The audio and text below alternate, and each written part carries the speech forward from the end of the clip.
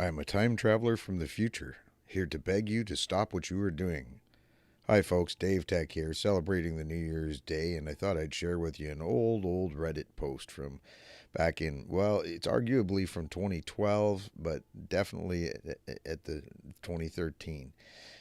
So you can see here, I'll leave the link in the description. This is an old running joke amongst some friends and I. I had this Reddit article pointed out to me years ago, and friends and I have been joking about citadels and stuff ever since then. Anyway, most of you probably heard the joke before, but I thought I'd share this article with you.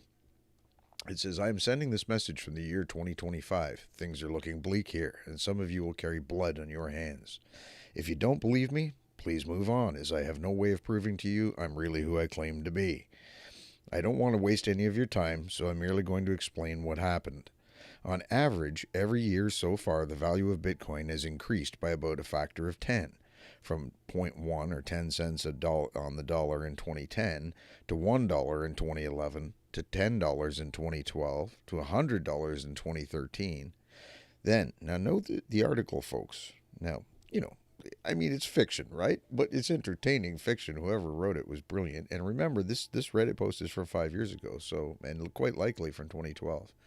From now on, there's a slight slowdown as the value increased by a factor of 10 every 2 years to $1,000 in 2015, to $10,000 in 2017, to $100,000 in 2019, and to $1,000,000 in 2021.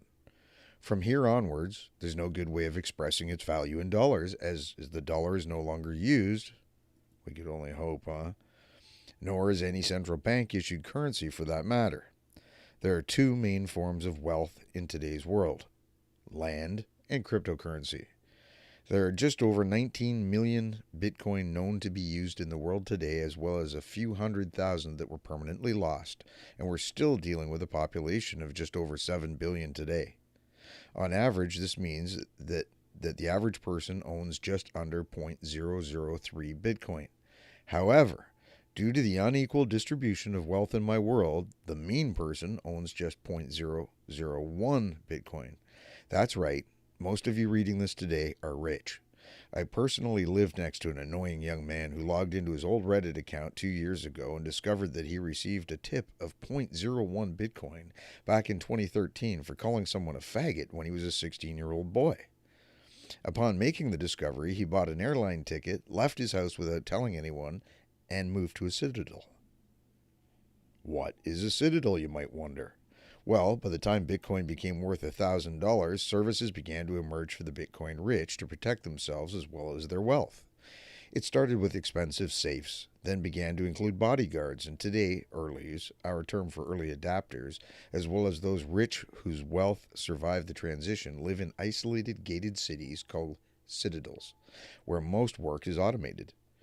Most such citadels are born out of the fortification used to protect places where Bitcoin mining machines are located. The company known as ASIC Miner to you is known to me as a city where Mr. Friedman rules as king. Suppose they mean Bitmain? Not the way they're showing up in the stock market.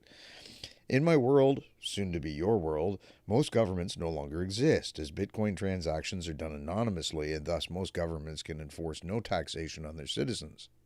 Most of the success of Bitcoin is due to the fact that Bitcoin turned out to be an effective method to hide your wealth from the government, whereas people entering rogue states like Luxembourg, Monaco, and Liechtenstein were followed by unmanned drones to ensure that the governments know who is hiding the wealth.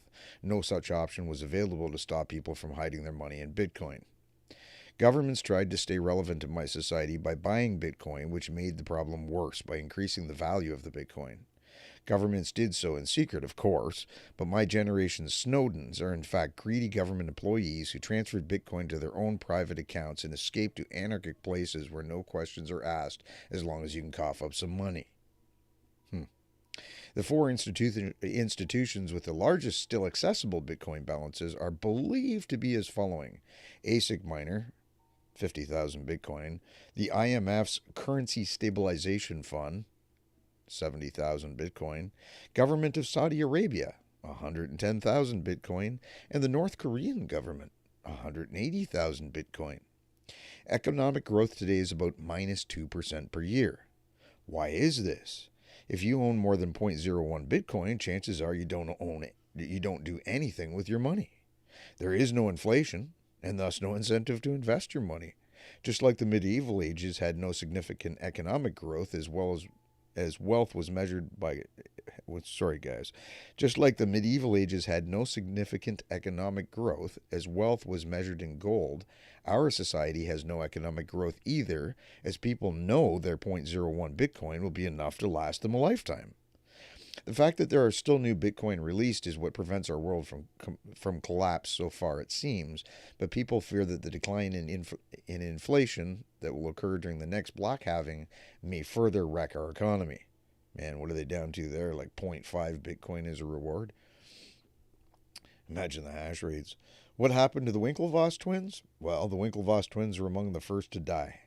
After seeing the enormous damage done to the fabric of society, terrorist movements emerged that sought to hunt down and murder anyone known to have a large balance of Bitcoin or believed to be responsible in any way for the development of cryptocurrency. Uh-oh, this might not be good news to miners, guys. Ironically, these terrorist movements use Bitcoin to anonymously fund their operations. Yeah, there's an irony to that. Most people who own any significant amount of Bitcoin no longer speak to their families and lost their friends because they had to change their identities. There have also been a few suicides of people who could not handle the guilt after seeing what happened to the bag holders, the type of skeptical people who continued to believe it would eventually collapse even after hearing the rumors of governments buying Bitcoin.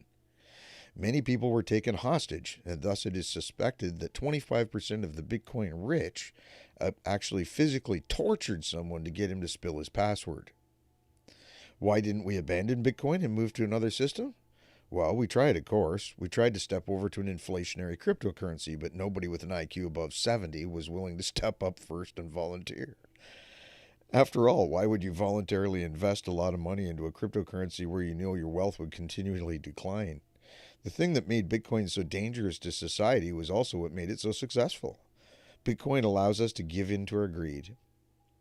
In Africa, surveys showed that an estimated 70% of people believe that Bitcoin was invented by the devil himself. There's a reason for this. It's a very sensitive issue today that is generally referred to as the tragedy. The African Union had ambitious plans to help its citizens be ready to step over to Bitcoin. Governments gave their own citizens cell phones for free, tied to their government ID, and thus governments sought to integrate Bitcoin into their economy. All went well until the tragedy, that is. A criminal organization, believed to be located in Russia, where Russians get blamed for everything? It must be an American guy writing this one, right? A criminal organization believed to be located in Russia exploited a hardware fault in the government-issued cell phones. It's believed that the entire continent of Africa lost an estimated 60% of its wealth in a period of 48 hours.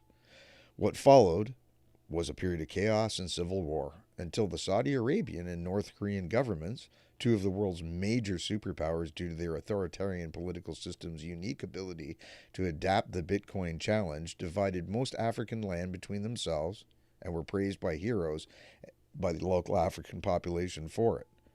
So he's saying, like, you guys get that, right?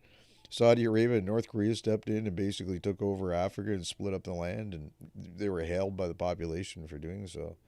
Well, if it feeds the world, right? Who knows? What a dreamer. Whoever wrote this, very creative. You might wonder, what is our plan now? It's clear that this current situation cannot be sustained without ending in a nuclear holocaust. I am part of an underground network who seek to launch a coordinated attack against the very infrastructure of the internet itself. We have at our disposal about 20 nuclear submarines, which we will use to cut all underwater cables between different continents. After this has been successfully achieved, we will launch a simultaneous nuclear pulse attack on every densely population area of the world. We believe that the resulting chaos will allow the world's population to rise up in revolt and destroy as many computers out there as possible until we reach the point where Bitcoin loses any relevance. It seems to me you destroy the banking system and a whole lot of other stuff if you destroy all the computers. And of course, this outcome will likely lead to billions of deaths. This is a price we are forced to pay to avoid the eternal enslavement of humanity to a tiny elite. This is also the reason we contacted you. It doesn't have to be like this. You do not have to share our fate. I don't know how, but you must find a way to destroy this god-forsaken project in its infancy. I know this is a difficult thing to ask of you. You believed you were helping the world by eliminating the central banking cartel that governs your economies. However, I have seen where it ends. Anyway, I really enjoy the article. I remember reading it years ago, and I read it a couple of times this year again for just for entertainment value. It's quite entertaining. Whoever wrote I believe it was 6 years ago, but we'll just call it 5 years ago. And kudos to whoever wrote it. Anyway, I hope you enjoyed it. I'll put the link in the description so you guys can follow up yourselves. Thanks for tuning in. Don't forget to hit the like and subscribe. Happy New Year. Dave Tech out.